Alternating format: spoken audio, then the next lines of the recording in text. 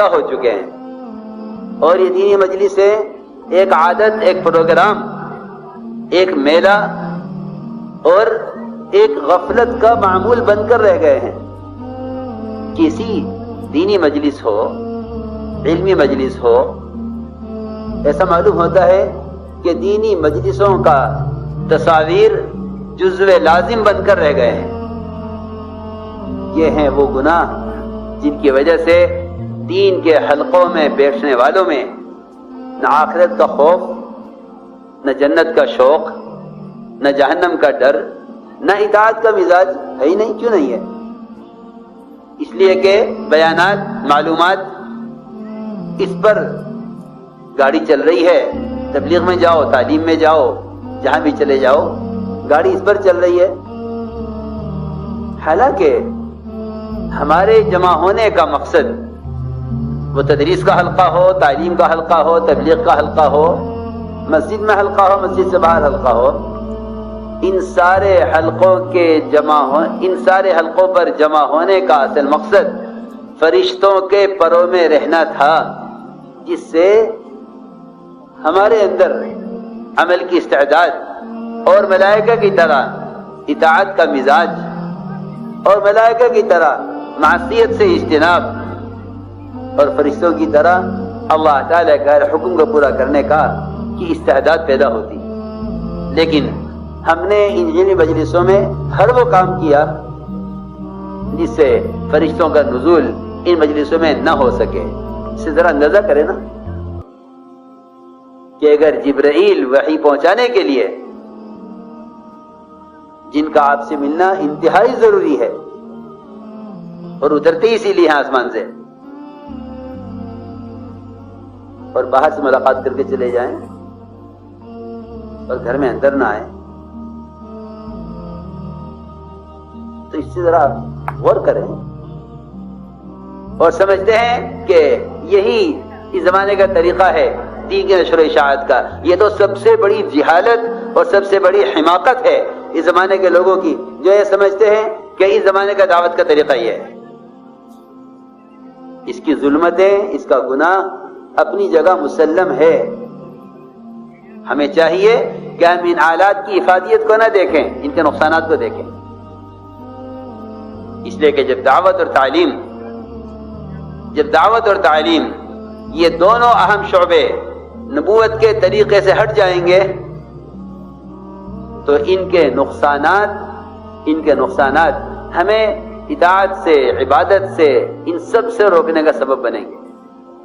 اس لیے کہ جو عمل خلاف سنت ہے وہ عمل مردود ہے، جو عمل خلاف سنت ہے بے اثر ہے۔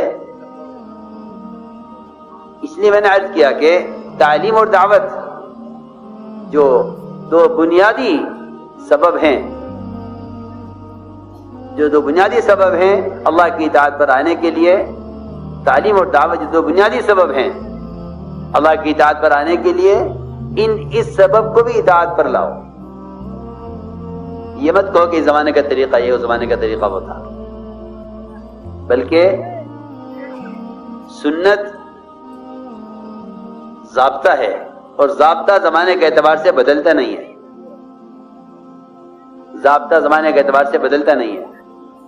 یہ نہیں کہہ سکتے ہم کبھی بھی کہ وہ اس زمانے کا طریقہ تھا، یہ زمانے کا طریقہ ہے۔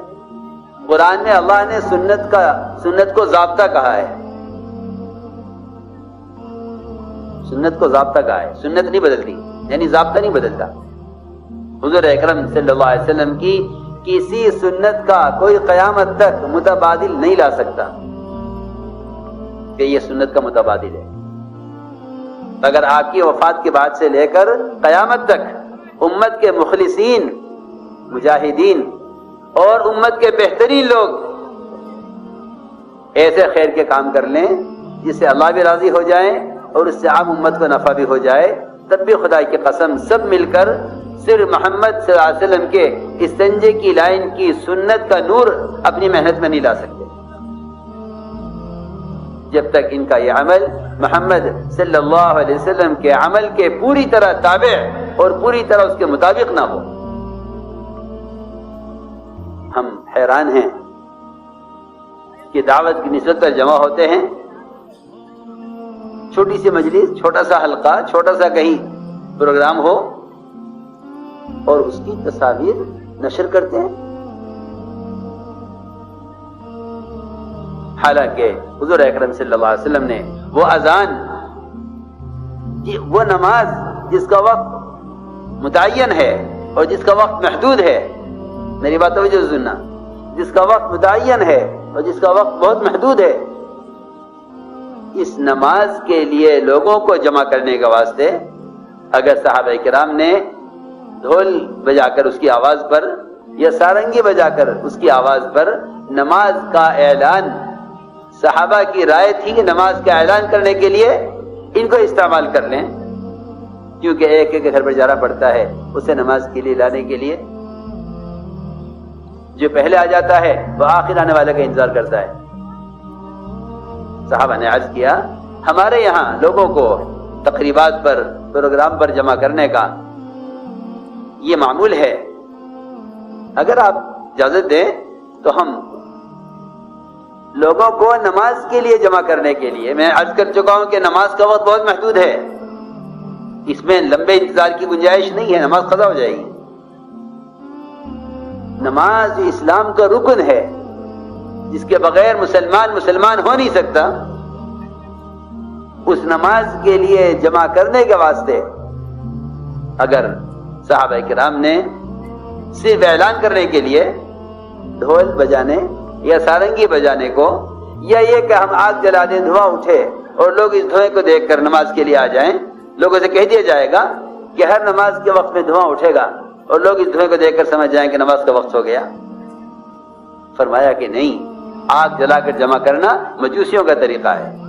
ڈھول بجا کر جمع کرنا یہود کا طریقہ ہے، سارنگی بجا کر جمع کرنا نصارہ کا طریقہ ہے. ہم امت کو دعوت عبادت پر لانے کے لیے ان کے طریقے اختیار نہیں کریں گے. یہ اصول جس طرح خدا کی قسم دور نبوت میں تھا، یہ اصول قیامت تک کے لیے ہے. یہ باتیں میں ان سے کہہ رہا ہوں جو سمجھتے ہیں کہ اس زمانے کا طریقہ دعوت یہ ہے. اگر طریقہ دعوت بدلے گا، خدا کی قسم اللہ تعالیٰ کی نصرتیں رک جائیں گی، اللہ کی نصرتیں رک جائیں گی. صحابہ کرام جانتے تھے کہ اگر ہم نے کسی ایک چیز میں، کھانے میں، پینے میں، بیاہ و شادی میں، کسی ضرورت میں اگر آپ کی سنت، آپ کے طریقے سے ذرہ برابر انحراف ہوا اور ذرہ برابر ہم اس سے ہٹے تو جو وعدے ہیں وہ پورے نہیں ہوں گے، جو وعدے ہیں وہ پورے نہیں ہوں گے اور جو تربیت ہے وہ حاصل نہیں ہوگی، اور جہاں وہ پہنچے ہیں وہاں ہم نہیں پہنچ سکیں گے. اس لیے میری درخواست یہ ہے کہ اس پورے اجتماع میں ہم اس شیطان کو بند کر کے رکھیں اور اس یقین کے ساتھ کہ اگر میں نے یہ حرکت کی تو میں ہی نہیں، اس پورے اجتماع کا جو فرشتوں کے نزول کے نہ ہونے کی وجہ سے نقصان ہوگا، اللہ اس پر میری پکڑ کریں گے. اللہ اس پر میری پکڑ کریں گے کہ تو ذریعہ بنا ہے. تو کل کہہ رہا تھا مشورے والوں سے، میں نے کہا یوشع بن نون نے اپنی جماعت میں اعلان کر دیا تھا کہ ایسا آدمی ہمارے ساتھ نہ جائے جس نے مکان تعمیر کر لیا ہے، چھت نہیں ڈالی ہے، یا جس نے نکاح کر لیا ہے، شادی نہیں کی ہے، وہ ہمارے ساتھ نہ جائے، کیونکہ اس کا اپنے مکان اور شادی کا فکر، اس کا اثر پوری جماعت پر پڑے گا، اس کا اثر پوری جماعت پر پڑے گا. یہ وہاں نکاح کر کے رخصتی نہ ہونے کی وجہ سے اور دیواریں بنا کر چھت ڈالنے کی وجہ سے مکان اور بیوی کی فکر میں رہے گا، اس کی اس غلط فکر کا اثر سارے مجمع پر، پوری جماعت پر پڑے گا. اس لیے فرمایا کہ ایسا آدمی ہمارے ساتھ نہ جائے جس کو نکاح کر کے بیوی کے لانے کا فکر ہو یا جس کو دیواریں کھڑی کر کے چھت ڈالنے کا فکر ہو، وہ ہماری جماعت کے ساتھ نہ چلے. وہ اپنی ایک فکر پر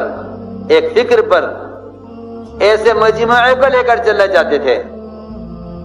کہ جس پر رکھ کر اللہ رب العزت ملکوں کی ہدایت کے فیصلے کریں، اور اللہ رب العزت ان کی وجہ سے باطل طاقتوں کو مغلوب کریں. اس لیے میں نے عرض کیا کہ ہمارا جمع ہونا تو ذکر و عبادت کی بنیاد پر ہے، یہ کوئی میلہ نہیں ہے. یہ کوئی میلہ نہیں ہے کہ اس میں بازاروں کی طرح تصویریں لی جائیں اور بازاروں کی طرح اس میں آدمی غافل ہو کر رہے. یہ کوئی میلہ نہیں ہے.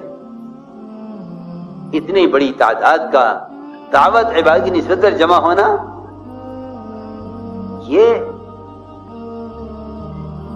اللہ رب العزت کی طرف سے ایک بہترین موقع ہے.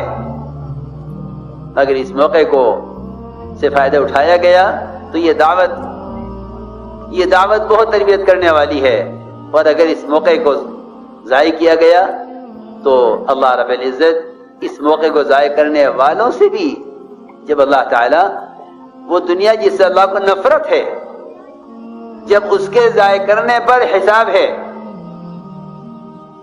رہے گا